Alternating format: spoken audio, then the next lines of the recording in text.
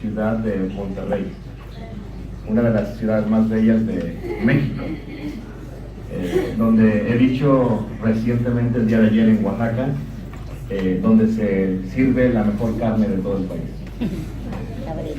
Y estoy grabando un video para que no se preocupen, para que se preocupen. Reciban un saludo muy grato, un ósculo santo de parte de la Iglesia de Cristo a la cual yo sirvo. Yo me congrego en la ciudad de Elgin, la cual se encuentra aproximadamente 35 minutos en el centro o en el centro de Elgin, de Chicago. Cuando gusten visitarnos serán bienvenidos. Para mí es un gran honor poder estar aquí con ustedes, de parte de Dios, que me hayan considerado y poder predicar junto con un mentor mío, el Daniel González, quien ustedes saben el gran siervo que él es y lo que ha hecho por la obra del Evangelio, no solamente en México, sino en Estados Unidos y en Centroamérica. Para mí es un gran honor poder compartir y ayudarle a él a este evento. Y claro, también por este lugar que es muy simbólico para todos los que predicamos, por la gran labor que hizo nuestro gran maestro Solís en la obra de la preparación de siervos como nosotros para servirle más al Señor.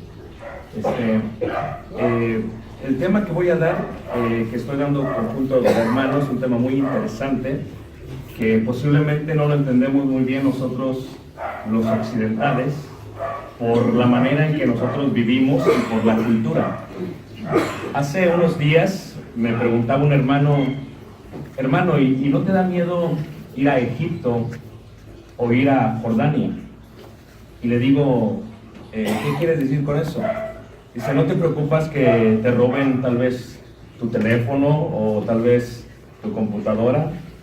Le digo, no, es que culturalmente en Egipto, en Jordania, en el Medio Oriente, no te asaltan, porque culturalmente dentro del Islam, y la palabra Islam viene del árabe que significa sumisión. Si alguien roba, le cortan la mano. Entonces, no es temor de que te asalten en el Medio Oriente, el temor es que te secuestren y te maten. Eso es lo que es temor, porque culturalmente es distinto el ambiente en el Medio Oriente que acá.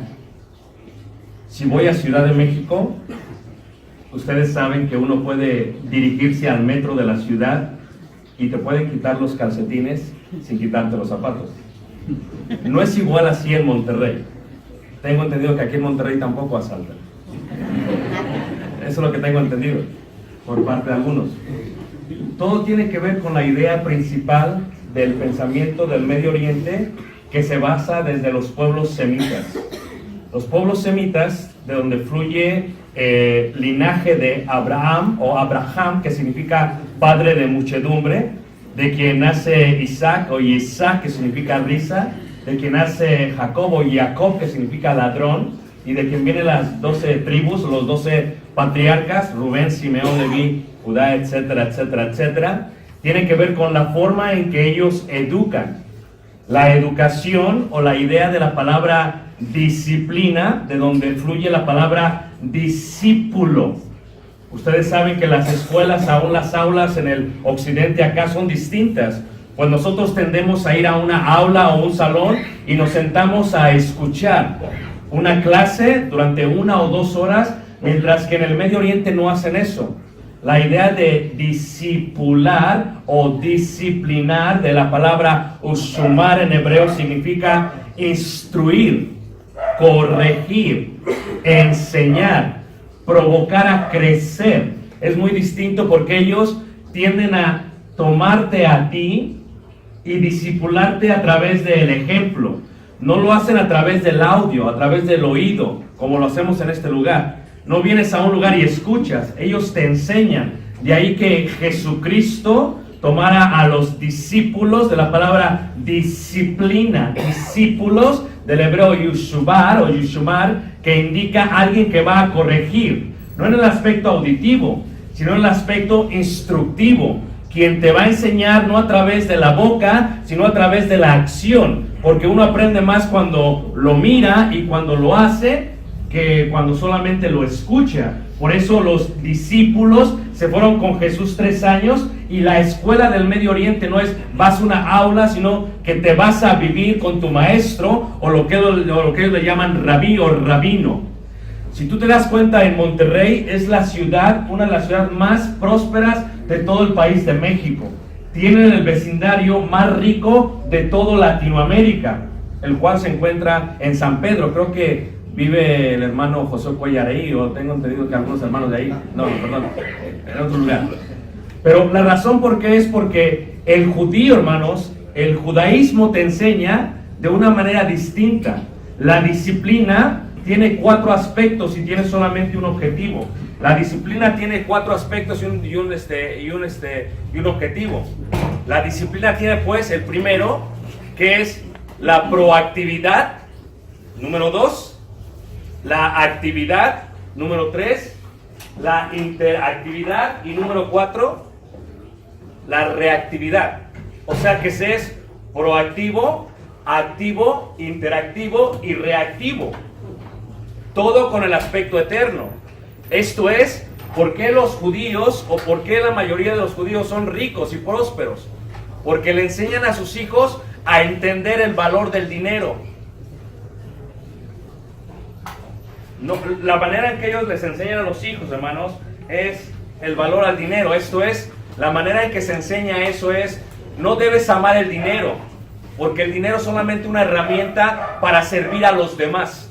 Y por eso, si de Monterrey, según he estado estudiando últimamente, si saliesen todos los judíos de la ciudad de Monterrey, Monterrey colapsaría económicamente. En pocas palabras, casi la mayoría de San Pedro quedaría vacío. O sea, toda la infraestructura económica de la ciudad se borraría. ¿Por qué? Porque el judío entiende, hermanos, lo que es disciplina. Disciplina es antes, disciplina es ahora, disciplina es interna y disciplina es después. Pero nosotros como mexicanos, ¿ya está mal? Nosotros como mexicanos es al revés. Nosotros empezamos por la parte reactiva. Todo lo hacemos en forma reactiva, y esa es la diferencia entre nosotros y ellos, hermanos. O sea, nosotros somos reactivos. Esto es, nosotros dejamos de tomar Coca-Cola cuando tenemos diabetes. Somos reactivos. Nosotros tendemos a golpear a nuestros hijos después que han cometido un error. Somos reactivos. El doctor nos dice que nos vamos a morir de un infarto y dejamos de tomar los 3 venenos del cuerpo, la harina y la sal. Somos reactivos, reaccionamos. Tenemos una cultura reactiva, y esa cultura, hermanos, no nos ayuda a disciplinar. Bíblicamente, Dios empieza enseñándonos de forma proactiva. Antes de que suceda algo, ¿el micrófono agarra, hermanos? A ver. Disculpen, hermanos. ¿Lo agarro? ¿Me escuchan, hermanos? El recinto es... ¿Bien? Entonces, eso es importante. Vamos a ver si entendemos este aspecto. ¿Qué les parece si nosotros vamos a Deuteronomio, en el capítulo 6, y vamos a comenzar con un verso de la Escritura? Voy a estar enfrente de la pantalla, disculpen por ello. ¿Escuchan? Deuteronomio, capítulo 6, en el verso 4. 6, verso 4. Veamos la parte proactiva. Pensemos un poquito como ellos piensan. La parte proactiva. Vamos a Deuteronomio, capítulo 6, en el verso 4. Esta es la parte proactiva, es antes de que pase la disciplina, hermanos. El judío, el judaísmo y aún la Biblia, si tú la ves en porcentajes, tú te vas a dar cuenta de 2 cosas importantes, ¿ok? Que todo el sistema de la Biblia, el 80% de la disciplina de parte de Dios es proactiva. El 80% de la Biblia es proactiva. Esto es, Dios, antes de que algo suceda, antes de que algo pase, Dios lo va a enseñar. Por lo tanto, la disciplina bíblica es proactiva. Nosotros como mexicanos pensamos reactivamente. O sea, ¿por qué le pegamos a los hijos? Porque se portan mal. Y llegamos a pensar que esa es la manera en que debemos nosotros disciplinar, pero no es así. 4 puntos, reiteramos, dice ahí Deuteronomio capítulo 6, verso 4. Veamos la primera parte entonces. Número 1, la disciplina es proactiva. ¿Cómo es la disciplina, hermanos? Proactiva. Número 2, la disciplina es activa. Número 2, la disciplina es ¿qué? Activa. Número 3, la disciplina es interactiva. ¿La disciplina es qué, hermanos? Y finalmente, la disciplina es reactiva. Esto tiene que ver, hermanos, con un objetivo, la eternidad. Disciplinamos para la eternidad. Formamos para la eternidad. Esa es la idea del judaísmo. Esa es la idea del cristianismo. Nunca vas a ver problemas morales en una sinagoga. ¿Por qué? Porque la iglesia, hermanos, cuando vino a tener problemas morales, los vino a tener cuando los gentiles entraron a la iglesia del Señor. Se empezó a ver una inmoralidad increíble. Pero el judaísmo ya tenía una idea de lo que era la santidad. Y era proactivo. Desde pequeño le enseñaban a sus hijos la gran importancia del matrimonio. Y les decían, no cometerás ¿qué? Adulterio. Y eso lo hacían desde pequeños. Antes de que pensaran en casarse. Antes de que pensaran con quién se iban a casar. Antes de que su mente tuviese pasiones juveniles. Desde pequeños se enfocan totalmente a la parte de ser proactivos. Fíjate cómo dice ahí, Deuteronomio 6:4 dice, oye Israel, y vamos a ver 4 columnas de la disciplina. Dice, oye Israel, la primera es, oye, Jehová nuestro Dios, Jehová uno es. Versículo 5. Y amarás a Jehová tu Dios de todo tu corazón y de toda tu alma y con todas tus fuerzas. Y estas palabras que yo te mando hoy estarán sobre tu corazón y las repetirás a tus hijos y hablarás de ellas estando en tu casa, andando por el camino y al acostarte y cuando te levantes. Y las atarás como una señal en su ¿qué? En tu mano, y estarán como frontales en tus ¿qué? En tus ojos. Vean ustedes lo que hacen ellos, hermanos. Ellos, según Jehová les dice, lo primero que vamos a enseñarle a tus hijos, la primera idea de disciplina de tus hijos tiene que ser proactiva. Antes de que las cosas pasen, antes de que lo tengas que regañar, antes de que lo tengas que castigar, antes de que tengas que levantar la mano, ellos tienen que comprender y entender lo que es la palabra obediencia. Por eso la primera columna es oye. Oír significa no solamente el aspecto de oír, sino de obedecer. Y para esto hay un concepto que se le llama el dolor.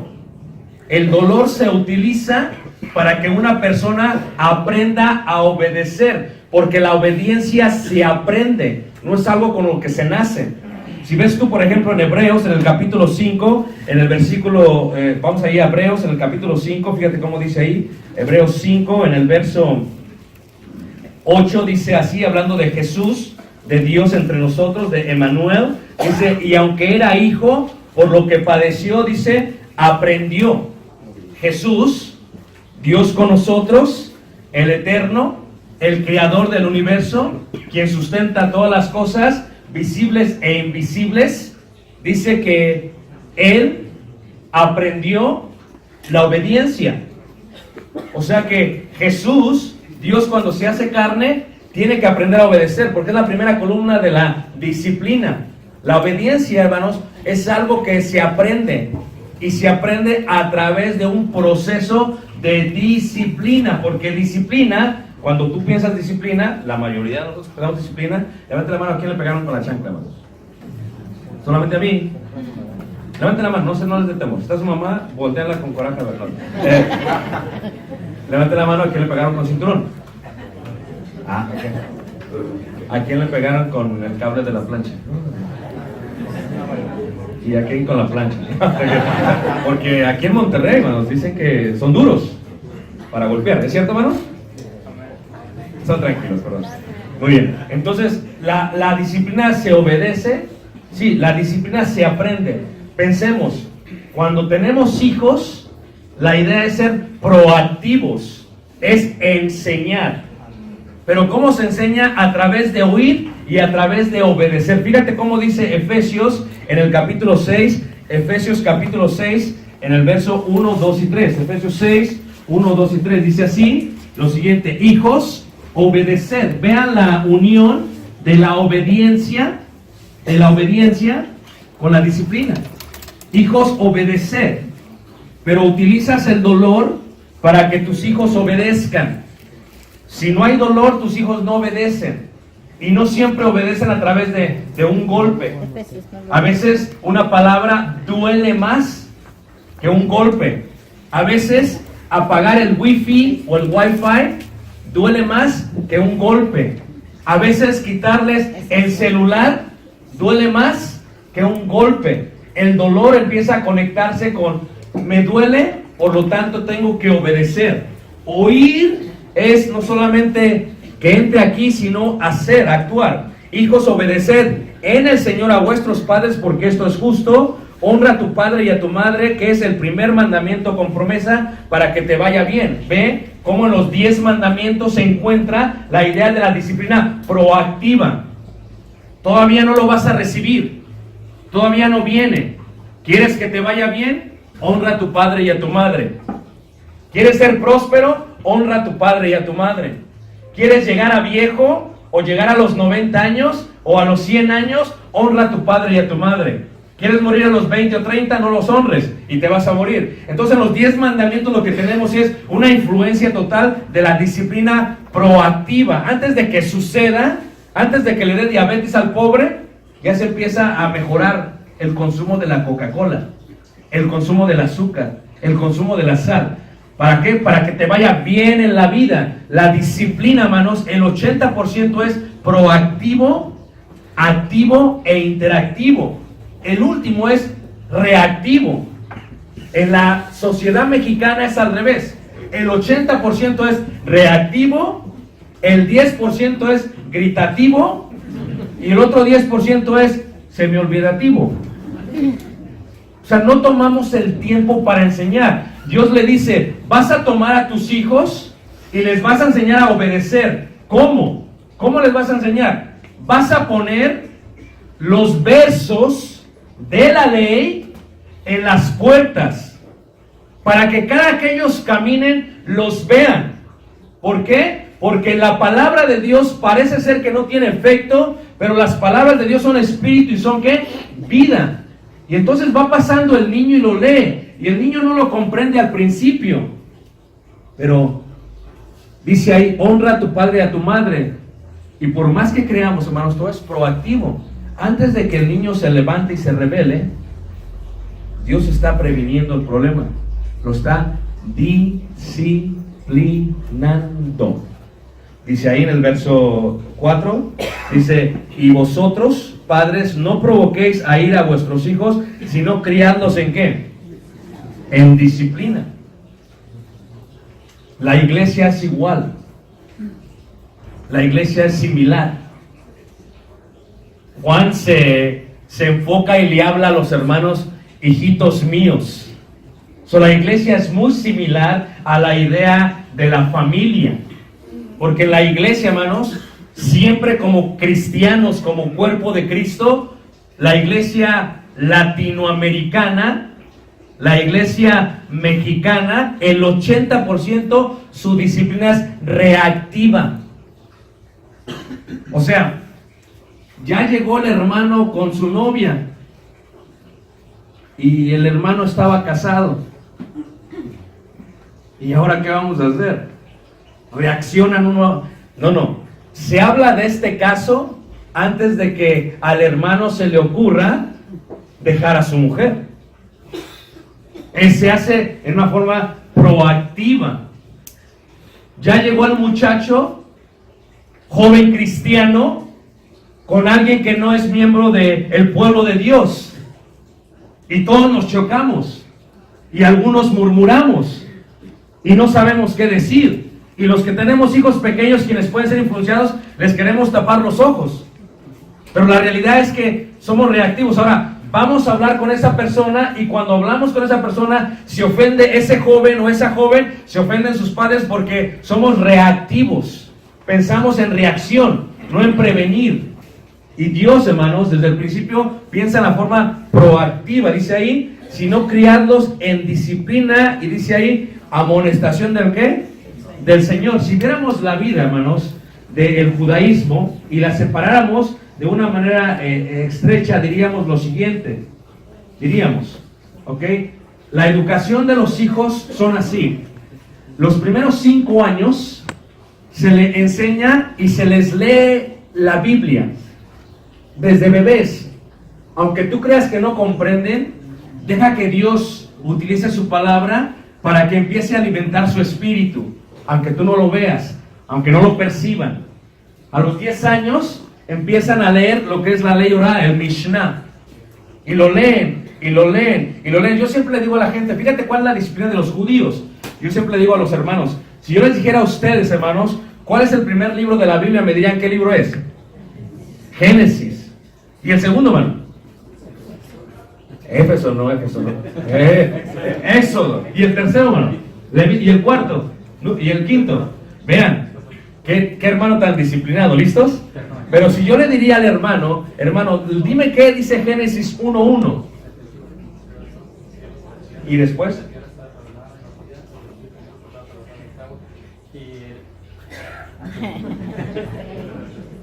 El judío no puede aprender la ley oral a menos que sepa los primeros 5 libros de la Biblia, versículo por versículo, de memoria. Y en eso hay disciplina. ¿Disciplina qué? Proactiva. O sea que si quisiéramos que los hijos amaran la Biblia como la tableta, como el iPad o como el celular, hermanos, las cosas serían distintas. Dices, mira qué inteligente es el niño. A los 2 años ya sabe utilizar ¿qué? El teléfono. Disciplina, hermanos. Ellos cuando llegan a los 13 años los hacen hijos de la ley, hacen una gran fiesta en las calles de Jerusalén. Se puede ver todo hasta el día de hoy como bailan y gritan y hacen un escándalo. ¿Por qué? Porque por primera vez el niño llega a la juventud y el niño va a poder leer lo que aprendió de memoria públicamente a todos. Y no se puede equivocar, hermanos, porque si se equivoca leyendo, le puede ir muy, muy mal. Si se equivoca leyendo, le puede ir muy, muy mal. A los 15 años estudia lo que es la interpretación de la ley. A los 18 años empiezan a enseñarle lo que es el matrimonio. El matrimonio. Y dicen, pero todavía no pienso casarme. No importa. Porque nuestra disciplina es ¿qué? ¿Qué es, hermano? Proactiva. Nosotros no le queremos hablar a las hijas del matrimonio. Porque trabajamos tanto en ellas. Gastamos perfumes, shampoos, acondicionadores y todo, para que venga un muchacho y se la roben. Pero tenemos que hablarles porque es una forma de disciplinar. ¿Y cómo se enseña? No solamente a través de la boca, sino a través del ejemplo. Tú como padre de familia, la manera que tú mueves, tocas, acaricias, le hablas a tu esposa, le está enseñando a tu hija cómo es un hombre, cómo debe tratar un hombre, la manera en que te diriges, suave, como vaso más frágil, viviendo con ella sabiamente, la estás disciplinando, dice el judaísmo. Lo que tú le enseñas a tus hijos, se lo enseñas a tus nietos. Y muchas de las cosas que somos nosotros, de los valores que tenemos, vienen de nuestros abuelos, hermanos. ¿O no es cierto? Y hablamos de los tiempos antiguos, de la iglesia de Cristo de Monterrey, hace 50 años. Y tratamos de compararle y decimos, ¿qué está pasando con nosotros? Estamos perdiendo disciplina. Estamos enfocándonos en la disciplina reactiva, pero no en la disciplina proactiva. ¿Qué hacemos antes de que suceda el problema? Luego viene a los 20 años la búsqueda de una vida activa en negocios o comercio. O sea, se le enseña. ¿Por qué los jóvenes, hermanos, dejan la iglesia por una profesión? ¿Por qué dejan la devoción a Dios por un trabajo?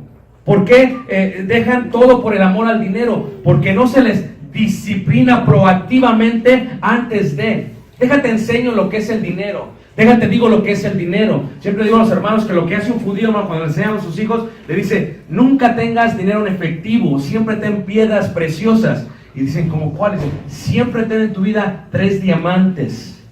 Y dicen, ¿pero por qué 3 diamantes? Cuando tú vas a Israel, donde se corta el 70% de los diamantes de todo el mundo, porque ellos lo inventaron, son unos increíblemente sabios para hacer eso, diseñadores, para el corte de diamante, solamente se corta con diamante. Llegas y hay vitrinas con diamantes, aretes, anillos, cadenas, y las hermanas que van se quedan como, y los hermanos se quedan como que, pero antes de entrar hay un cuarto, así sea a la izquierda. Y entonces, cuando entras, dices, ¿quieres pasar al cuarto? Le digo, ¿qué hay en el cuarto? Ven, ¿qué hay? Y digo, me voy a asomar. Y voy, me asomo, y se ven las piezas de los diamantes. Y le digo, y esas, ahí venden solamente diamantes para invertir. ¿Sí? Había un hermano de Baja California Norte, de San Felipe, se llama Jasón, le dicen el tío, porque le compró ahí algo a la hermana. No sé si todavía lo está pagando, hermano, pero de que le costó caro, ¿eh? Pero ¿sabes por qué lo venden? Porque los diamantes nunca pierden su valor. Y a los judíos le dicen, hijo mío, siempre ten 3 diamantes en tu vida. Padre, ¿para qué? Ten un diamante porque siempre vamos a ser perseguidos por todos. Con un diamante te escapas, como se escaparon nuestros padres en Alemania de los nazis. Con otro diamante llegas a un lugar y compras una casa para tu familia. ¿Y qué hago con el tercer diamante, papá? Con el tercer diamante pones un negocio. ¿Por qué? Porque siempre es mejor trabajar para sí mismo y prosperar de esa manera. Y padre, ¿qué hago con lo que empiezo a ganar? Juntas para comprar otros 3 diamantes. Entonces los niños, desde pequeños, están formados. No aman el dinero. Saben que el dinero es una provisión divina. Porque dice la Escritura que raíz de todos los males es, ¿qué, hermanos? Por lo cual muchos han naufragado. Si desde pequeños les enseñáramos el valor del dinero, que solamente es una herramienta y no es un Dios ni es el todo, los niños crecerían mirando el dinero con una perspectiva correcta, haciendo negocios justamente, no con ganancias deshonestas, y se haría todo en forma de proactividad. Vamos a disciplinar antes de que esto suceda, antes de que mi hijo empiece a robarle a sus clientes, antes de que empiece a hacer fraude, antes de que deje de pagar impuestos. Enseñémosle lo que es el valor al dinero, y que recuerde que es más importante una esposa que el dinero, ¿no es cierto, hermanas? Mujer virtuosa, ¿quién la qué? Sobrepasa el valor de una piedra ¿qué? Preciosa. O sea, algunos hermanos dirán aquí, no, hermanos, que usted no conoce a mi esposa. Mi esposa es como una circonia nada más, o como una piedra hecha en China. No, las mujeres, hermanos, son más preciosas que ello.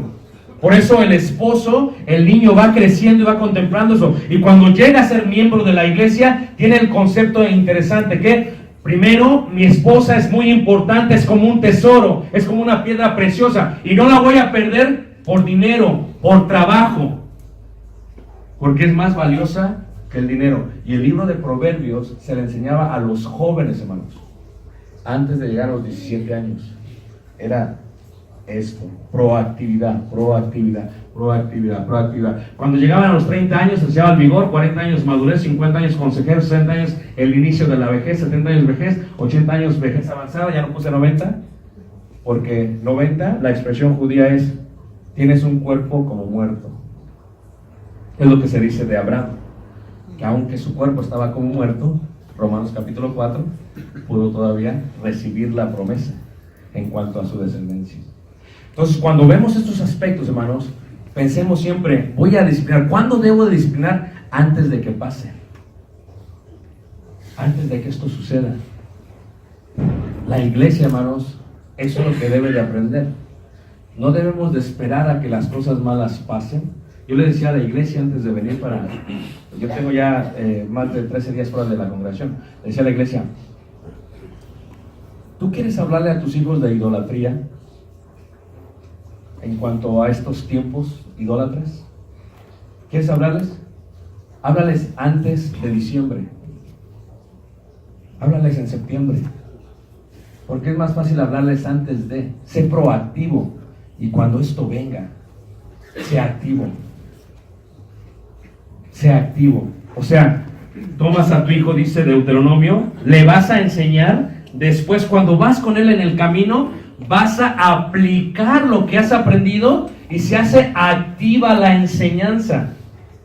Nosotros, hermanos, necesitamos tomarnos el tiempo de ser activos en la enseñanza. Es, primero, viendo el futuro. Segundo, viendo el presente.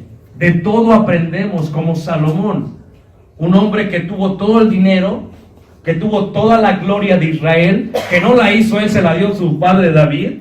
¿Qué fue lo que hizo? Dice que se puso a ver la naturaleza y se puso a escribir libros de la naturaleza. A escribir, tiene tanto tiempo que puede ver hasta las hormigas y escribe acerca de las hormigas. Tiene tanto tiempo que puede ver las zorras y está ahí viendo las zorras y escribe acerca de las zorras. Yo no sé quién de ustedes no anhelaría tener tanto tiempo como Salomón, ¿no lo creen, hermanos? Para simplemente salir a la calle y empezar a ver a la gente caminar. Voy a escribir esto. Y ver unas hormigas. Y voy a escribir esto. Tenía todo el tiempo. ¿Y sabes a qué lo dedicó, hermanos? A la sabiduría. ¿Y sabes qué dice a él? He comprendido esto. El fin de todo esto es teme a Dios y guarda ¿qué? Sus mandamientos. Él lo analizó todo, bien analizado, pero todo tenía que ver con la parte ¿qué? Con la parte proactiva. Miren, vamos a ver una parte interesante en Deuteronomio, hermanos. Regresemos a Deuteronomio y vayamos precisamente a Deuteronomio en el capítulo 5 ahora. Versículo 1. ¿Cómo se puede hacer en la forma activa? Estamos hablando de la forma activa. Deuteronomio, capítulo 5. Si tú separases la vida de tus hijos, ¿quién tiene hijos menores de 10 años aquí, hermanos? Levanta la mano, no les dé temor. Okay, muy bien.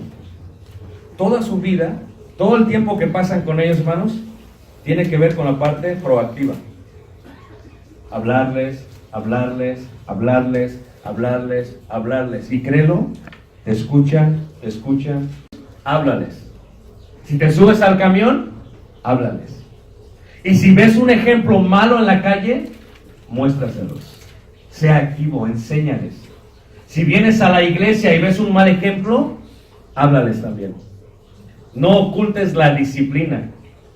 Dice la escritura que debemos reprender las obras infructuosas de las ¿qué? Tinieblas, aunque estén dentro de la iglesia. Háblales. Diles que están mal. Tal vez no entiende él eso, pero desde pequeño entiende que no estar casado y vivir con alguien, entenderá que está mal y se lo va a llevar aquí, hermanos. Está siendo proactivo. Si ves que un hermano deja a su mujer, háblales de eso y diles que está mal. Porque Dios manda, dice Pablo, no mando yo sino el Señor, que el marido no abandone a quién, a su mujer. Háblales de eso. Cuando ves que el hermano llega tarde, háblales de eso. Cuando ves que el joven saca el teléfono y está chateando o haciendo videos, ¿verdad? De Snapchat, háblales. Todo tiene su tiempo. Cuando ves que alguien no se viste apropiadamente, háblales. Sea activo, porque si eres activo vas a prevenir los problemas. Vas a encontrar en tu hijo los valores y los vas a meter a su vida, a su mente, a su corazón, de tal manera que él se va a acordar cuando crezca. Cuando crezca se va a acordar. Cuando abras la billetera, diles por qué agarras el billete más grande para dárselo a Dios. Háblales de eso, enséñales. Si tienes 3 o 4 billetes de 500 que nos confunden ahora con los billetes estos de la ballenita y Benito Juárez, yo casi dije, ay Señor, este parece de 20 y es de 500. Háblales. Diles por qué escoges aún el billete más bonito. Dile que es para Dios. Háblales de eso. Cuando te estés arreglando en la mañana para ir a la iglesia, háblales. Diles por qué te vistes de esa manera. Diles por qué te vistes de esa manera. ¿Por qué tomas lo mejor? Porque es para Dios. Háblales. Cuando vayas en el camino, háblales. Diles que apaguen todo. Háblales. Cuando entren, háblales. Cuando acaben, repasa con ellos. ¿Qué te enseñó la maestra? Revisa con ellos. Háblales. Porque el concepto de la disciplina tiene 4 columnas. Número 1, obedecer. Fíjate cómo dice ahí. Deuteronomio capítulo 5, versículo 1 dice ahí. Llamó Moisés a todo Israel y les dijo, oye, primera columna, oye Israel los estatutos y decretos que yo pronuncio hoy en vuestros oídos. Dice, aprendedlos y luego ¿qué? Guardadlos. Y esta parte, hermanos, aprender, es una palabra muy interesante en el hebreo que se dice lamat. A ver todos juntos. Lamat. 1, 2, 3. Lamat. Se aprende. Se aprende. Aprender en el hebreo es ejercitarse. Y en el ejercicio hay dolor. ¿Nunca te ha pasado que pasas unos 2 meses no haces ejercicio? 6 meses no haces ejercicio y de pronto te pones a hacer ejercicio como loco, ¿verdad? Y estás haciendo ejercicio y el primer día te duelen todos los músculos. ¿A alguien le ha pasado, no? Solamente a mí. Y crees que eres el hombre y te duele todo, ¿verdad? Te exageras. Pues es que hay que hacerlo relativamente tranquilo, pero tú exageras, te duele todo. El dolor te ayuda. El judío encuentra la palabra lamat o la palabra aprender como otra columna de la disciplina. Porque aprender cuesta.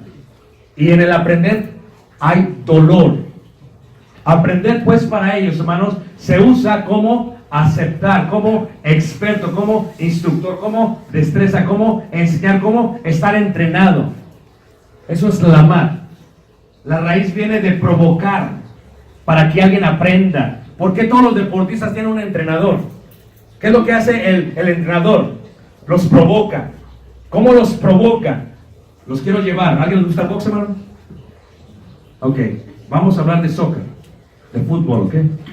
¿Qué hace el entrenador? Lo provoca, le grita, le dice, así no se le pega a la pelota, se le pega así a la pelota va para acá, y le enseña, lo hace mal y le grita, pero lo está provocando a que haga las cosas, ¿qué? Bien. ¿Qué hace el boxeador? ¿Qué hace el entrenador? Viene el boxeador, ven conmigo, ven conmigo, ven conmigo. ¿Y qué hace el entrenador? Le pega. Y el otro le duele. ¿Por qué me estás pegando? Pega, pega. Y no quiero porque tú eres mi entrenador. Y le pega y le duele. Y lo empieza a provocar. ¿Para qué? Para que empiece a utilizar sus músculos. Lo empieza a provocar. Está peleando en el ring, viene a la esquina, lo levanta y dice, pégale. Tienes que pegarle. ¿No me entiendes? Sí te entiendo, pero pégale. Haz esto, provócale. ¿Cuántas veces hemos provocado a nuestros hijos a aprender? ¿Cuántas veces dejamos que tengan dolor al aprender? Porque en el dolor se aprende, es una columna importante. Es la forma activa e interactiva. Quiero que sientas lo que yo siento. ¿Te duele, mijo? ¿Te está doliendo? ¡Qué bueno! Porque eso es aprender. Porque el aprendizaje, la obediencia se aprende. Y no se puede aprender si no hay dolor. La más, pues, tiene que ver con ello, con la idea de la palabra provocar. Provocar, provocar, provocar. ¿Qué hace un maestro de Biblia? ¿Qué hacemos los predicadores? ¿Qué hacemos? Viene la iglesia, si tú nos visitas en Elgin, vienen los hermanos y les dejamos memorias. Hermano, dígame usted los 10 mandamientos. Dígame usted los 10 mandamientos, hermano. Ya le pegué, no le duela, tranquilo, hermano. Mañana ¿va a venir mañana? ¿Sí va a venir o no, hermano? ¿Cuál es su nombre, hermano? Alberto. ¿Alberto qué, hermano? Arroyo. Alberto Arroyo. Mañana los 10 mandamientos. Y de memoria. ¿Sí, hermano? ¿Amén? Lo estoy provocando. Mañana le voy a preguntar. ¿Por qué? porque eso es provocar. Eso lo va a ayudar a ejercitarse. Si el hermano es justo y honesto, va a la casa, abre la Biblia y esta noche va a estar: "Ay, yo soy Jehová tu Dios, no tendrás dioses ajenos". Va a empezar. ¿Y quién es su esposa? Y usted también, hermana. ¿Amén, hermana? ¿Sí o no? Míreme. Cuando servimos a la iglesia de allí, hermanos, los provocamos a aprender. Los provocamos a aprender. ¿Qué hace un rabino con los niños? Se subía a un altar como aquí, los sentaba en cuclillas a los niños, tenía una vara. ¿Y con la vara qué? Cuando no hacían las cosas bien. Eclesiastés habla de esto en este aspecto. Mira cómo dice, lo han visto ustedes también, yo creo que lo han visto ustedes también. ¿Han visto ustedes este versículo de Eclesiastés 12, versículo 1? Vamos a ver, Eclesiastés 12, dice, fíjate cómo dice, Eclesiastés 12, veamos ahí, en el versículo 11, 12, 11. Las palabras de los sabios son como aguijones. La palabra aguijón viene de la palabra malmat, que nace de la palabra lamat. ¿Y lamat significa qué, hermanos? Aprender. Y aprender significa provoca lo que a aprender. Tus hijos, los voy a comparar porque la Biblia lo enseña de esa manera. Son como unos animales, como unos becerros, unos bueyes que están comenzando. Entonces, ¿para qué sirve el aguijón? El cual se dice malmat de la palabra lamat. ¿Para qué sirve? Para cuando el buey se está yendo a la derecha, ¿qué es lo que haces tú? Le pegas. Pero no le pegas, hermanos, con ira. Porque el error más grande que puede hacer un padre es provocar a sus hijos ¿a qué? A ira. Y eso hacemos muchas veces cuando perdemos el control. Nos enojamos y se va el animal, se sale del redil. No. Se pega una vez. Se pega una vez. Dice, las palabras de los sabios son como ¿qué? Como aguijones. Le pegas una vez. ¿Cuándo? Cuando veas que se está saliendo. Mi hijo le gusta traer una gorra. Le encanta. Estábamos en Oaxaca. Y la gorra. Esto es mi hijo, hermanos. A quien Dios me dio autoridad sobre mi hijo. Y que se la volteamos. Así empieza. 9 años mi hijo. Se la voltea. Agarré el aguijón. Volteate la gorra. ¿Pero por qué, papá? Volteate la gorra. ¿Para qué es la gorra? No sé, para el sol. ¿A poco aquí te cubre el sol? No, papá, pues tú volteate la gorra. ¿Todos me están siguiendo, hermanos? Porque primero es esto. Luego son los pantalones acá abajo. Y si uno no utiliza la mat, ¿se empieza qué? A salir. El aprendizaje es la segunda columna, pues. Dice, y como clavos hincados son las de maestros de las congregaciones. Y cuando hablamos de clavos, hermanos, hablamos de esto. Clavos en el judaísmo, vamos, en el hebreo. ¿Quién ha puesto una tienda de campaña? El hermano Daniel González hace un excelente trabajo en el campamento de él. Porque me encanta su predicación, porque el hermano sabe la mat dentro y fuera del púlpito. Es más, creo que hasta cuando te agarra fuera del púlpito duele más que cuando te agarra dentro del púlpito. ¿Están todos de acuerdo, hermanos? A mí me ha agarrado también, hermanos. Mira, Ricardo. Y me empieza a decir. Y en sus palabras me entremecen. Digo, ay, hermano, lo que usted diga. ¿Por qué? Porque el hermano sabe provocar. Pero no sabe provocar para aprender. Para que uno aprenda. Haz esto que es difícil hacer. Dice ahí, dice, las palabras de los sabios son también como clavos hincados. Son las de los maestros de las congregaciones. ¿Sabes qué es un clavo? Cuando se pone una casa de campaña, especialmente en los desiertos de Judea, o del Sinaí, o de Arabia, o de Egipto, cuando viene el viento total, hermanos, si viene sobre las tiendas, se las lleva totalmente. Se las puede llevar. Entonces, ¿qué hace la gente? Toma unos lazos, y esto es lo que se significa en hebreo clavos. Clavos hincados, eso es lo que significa. Tu hijo está pasando temporalmente en la vida. Los miembros de la iglesia están pasando temporalmente en la vida. ¿Y sabes qué lo van a sujetar? para protegerse del sol, de la lluvia, de la desdicha, de las corrientes del mundo, de la arena, tus clavos hincados. ¿Sí? Cuando los clavas, los estás provocando, ¿qué? A aprender. Cuando lloran, les duele, pero aprenden. ¿Y por qué haces todo? Como decíamos Tomás ayer, ¿por qué haces todo? Por amor. Porque el Señor al que ama, disciplina. Tenemos que enfocarnos en la proactividad, en la actividad y en la interactividad adentro. Porque si tú le enseñas a tu niño el camino, aun cuando fuere viejo no sé qué, se le va a quedar el clavito ahí, hermanos. La iglesia de Cristo está sufriendo grandes problemas estos días. La iglesia de Cristo no es la iglesia de Cristo hace 30 años, hermanos. Levanta la mano, ¿quién está de acuerdo con eso, hermanos? La iglesia está cambiando mucho, hermanos. Está cambiando. La iglesia se ha hecho más indisciplinada. Vemos en el cuerpo de Cristo lo que ya también se ve en el mundo. Vemos problemas morales, como dice el apóstol Pablo a los Corintios, que ni aun los gentiles se mencionan. Y todo lo queremos arreglar en la forma reactiva. ¿Y qué sucede cuando lo hacemos así? Se ofenden y se van. Entonces, ¿cuándo debo de disciplinar? ¿O cuándo debe de ocurrir la disciplina? 80% de la disciplina se hace antes de. Tenemos un grupo de adolescentes y a los 11, 12, 13 años les estamos enseñando: ¿quieres casarte con alguien? Busca a alguien dentro del cuerpo de Dios, de Cristo. Ay, hermano, pero es que están bien feas.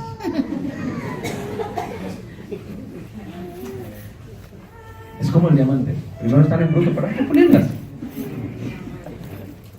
Desde pequeños. Todo tiene su tiempo, mijo. Fuera de aquí, tómate haz lo que quieras. Pero en el momento que entramos, tenemos que regresar al enfoque y a la alabanza y a la adoración de Dios. Porque todo tiene que su tiempo. Apaga el teléfono. Todo tiene su tiempo. Todo tiene su tiempo. Enfócate. No es que yo soy milenio y yo soy postmilenio, dice el otro, y yo soy X. ¿Y eso qué? El Señor es el mismo ayer, hoy y por los siglos de los siglos. Es un Señor, un Dios que no es Dios de confusión, sino de orden. Y todo tiene su tiempo, hermanos. Hay tiempo para reír, hay tiempo para adorar, pero tenemos que provocar. Llega el jovencito con la gorra al servicio, antes de entrar, quítate la gorra. ¿Por qué? Te va a costar mucho trabajo si lo haces aquí. Sé proactivo. Desde una noche antes, mijo, me gusta a mí la gorra también, la uso. Tú sabes que la uso. Pero ¿sabes qué? Peinémonos antes de ir al servicio. Arreglemos primero de adentro, pero también de afuera. Y lleguemos tranquilamente. Se hace en proactividad y no se llenan de ira. Y esos clavitos, hermanos, que le pones a tu hijo, esos clavitos hincados, y no solamente a los hijos, a los hermanos en la iglesia. Cada día que pasa yo le tengo un respeto más grande al púlpito. Cuando uno empieza predicando, entra con todo, hermanos. Pero van pasando los años y te vas dando cuenta de la paz, la gracia que tuvo Dios contigo, y luego la responsabilidad, hermanos, que tenemos que enseñar al pueblo de Dios lo que Él quiere, no lo que pensamos, sino lo que Él quiere. Pero sé proactivo. Enseña el 12 de diciembre, no el 12 de diciembre. Enséñalo unos meses antes. Sé proactivo. Enseña de la fornicación, no cuando hay algún problema en la congregación, sino muchos años antes, cuando todavía los niños no estén pensando en eso. Enséñalo antes. Enseña del buen orden antes. Antes. Todo se hace antes, porque toda la Biblia tiene que ver con eso. Pero también el 20%, hermanos, es reactivo. Eso hablaremos mañana. ¿Por qué? Porque diría alguno, ¿por qué murió Ananías y Zafira? Fue reactivo. Fue una reacción de Dios. Pero Dios, hermanos, si su manera de ser fuese reactiva, todos estuviéramos ya eternamente condenados.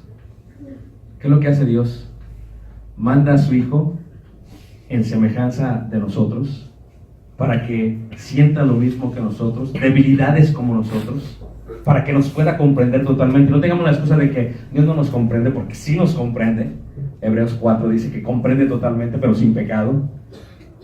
Y nos habla, y nos enseña, y nos muestra, y nos discipula. Esto hiciste, ya no debes hacer esto.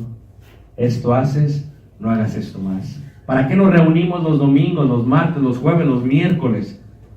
Porque Dios está siendo proactivo.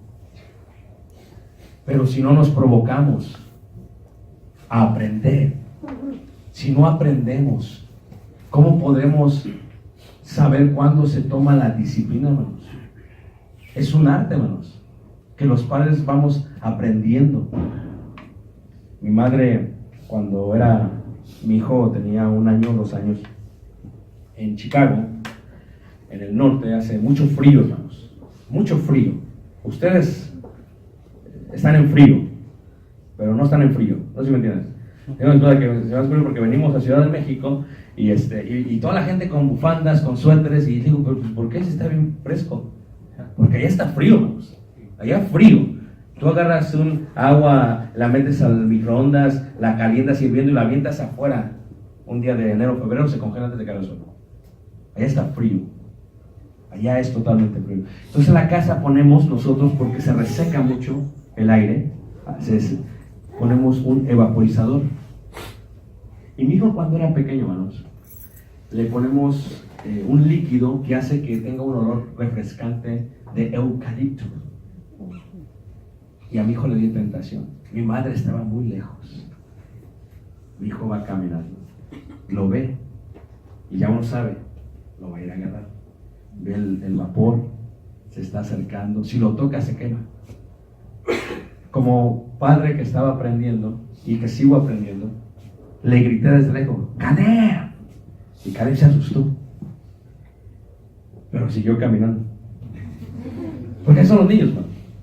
¿Verdad que sí? Tuve que levantarme, tomarlo de la mano. Yo tendía a tomar su manita y a golpearlo. Le agarraba y lo golpeaba. Yo pensaba que así aprendía. Era una disciplina reactiva. Y le pegué duro. Y cuando lo agarré de la mano, mi madre me grita desde allá, ¿no? No le pegues, no le pegues. Y le digo, eso hubieras hecho cuando éramos pequeños. Porque parece que los padres reciben tanta sabiduría después de tiempo, hermanos. ¿No es cierto, hermanos? Que como que saben cuándo aplicar la disciplina reactiva. Chiflan a los nietos, pero saben. Pero no se quejen de nosotros cuando estamos aprendiendo. Digo, mamá, ¿te hubieras acordado así cuando me pegabas? De chiquito, ¿cómo agarrabas el guarache de mi papá, que tenía ahí la marca de la línea de las llantas y ¡pum! Apréndase a besar, ¡pum! Y me quedaba marcado. Yo, ¡ay! Hermanos, Dios tiene muchos más años que ustedes, que son mayores, y sabe cómo disciplinar. ¿Cuándo? Sabe cuándo hacerlo. Créelo que antes de que te pasen cosas en la vida que sean parte de la disciplina de Dios, Dios ya ha tratado de prevenirlo, pero no hemos querido escuchar. Hemos querido arrancar los clavos hincados. Nos han pegado y hemos dicho, dale más duro, no me duele, dale, pégale, no me duele. Pero Dios siempre ha querido disciplinarnos. El día de hoy, posiblemente entre nosotros, hay alguien que diga, he entendido lo que Dios ha hecho en mi vida. Y hoy quiero venir a ser parte de su pueblo. Mañana seguiremos con la temática. Tú nos visitas este día, te invitamos. Si te ha dolido algo en la vida, lo ha permitido Dios porque te ama. Porque Dios al que ama, ¿qué? Y a ti, hermano o hermana, hay maestros y predicadores aquí en este lugar. No seamos reactivos, seamos proactivos, hermanos. Y vas a ver cómo va a cambiar la vida en la iglesia. Seamos proactivos. Antes de que pase, enséñalo. Y que te digan, pero ¿por qué estás enseñando eso si todavía no está pasando? Porque estoy siendo ¿qué? Proactivo. Y ese es el mensaje que recibimos de Dios. Oye Israel, Jehová vuestro Dios, Jehová uno es. Y cuando vayas en el camino, háblales a tus hijos de esta ley. Y cuando llegues a la casa, que ellos vean en los postes y los dinteles y en las paredes y en la frente, vean la ley de Dios. Porque lo único que los puede disciplinar para el objetivo que es el cielo, es la ley de Jehová, la cual es perfecta. Y la cual, dice la Escritura, puede hacer a un hombre perfecto. Esta noche te invito, aprendamos la disciplina. Vamos a cantar un himno de invitación.